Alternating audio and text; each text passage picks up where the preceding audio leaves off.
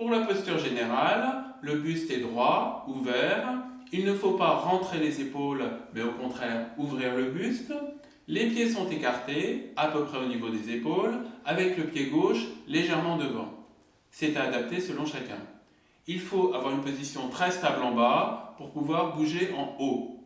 Il est très important d'éliminer les points de fixité, car tout ce qui est fixe est générateur de surtension, donc à éliminer. Concernant la tenue de l'instrument, vous le tenez avec la mâchoire qui empêche le violon de tomber. Voilà, vous devez pouvoir parler en même temps. C'est signe qu'il n'y a pas de surtension. Ensuite, on va compléter avec la fourche naturelle, ici, qui est créée par la pliure du pouce et la base de l'index. Le manche va s'insérer ici, donc il ne faut pas surtenir. Et on va alterner la tenue entre la tête et la fourche naturelle. La tête et la fourche naturelle. Vous pouvez le faire sur des cordes à vide pour bien le sentir. La tête, la fourche naturelle. Alors quand je tiens avec la tête, je garde un léger contact avec la pliure du pouce.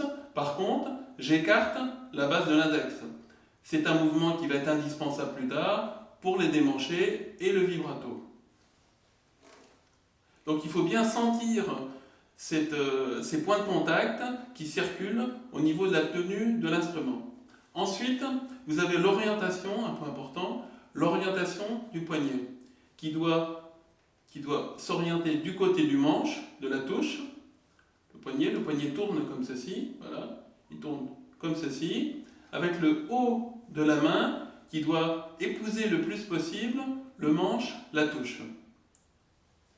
Pour sentir la bonne posture, si vous n'êtes plus débutant, vous posez les 4 doigts sans vous préoccuper de la justesse et vous allez faire un glissando, aller à démancher le plus haut possible sur le manche en gardant les 4 doigts posés sur la corde, comme ceci. Vous verrez que le coude ici rentre vers l'intérieur pour descendre, pour monter, pour descendre. Donc en gardant le pouce en face de l'index, une bonne tenue, la main est dans le prolongement de l'avant-bras, avec une tenue la plus souple possible, donc pas de surtension, on élimine au maximum les tensions inutiles.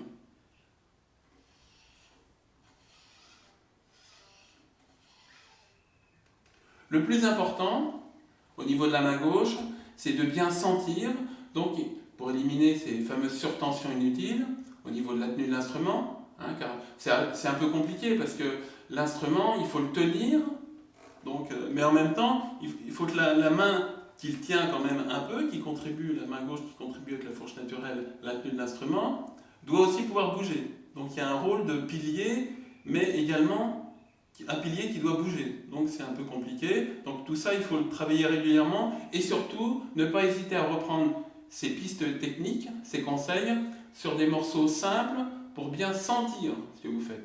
C'est très important de sentir.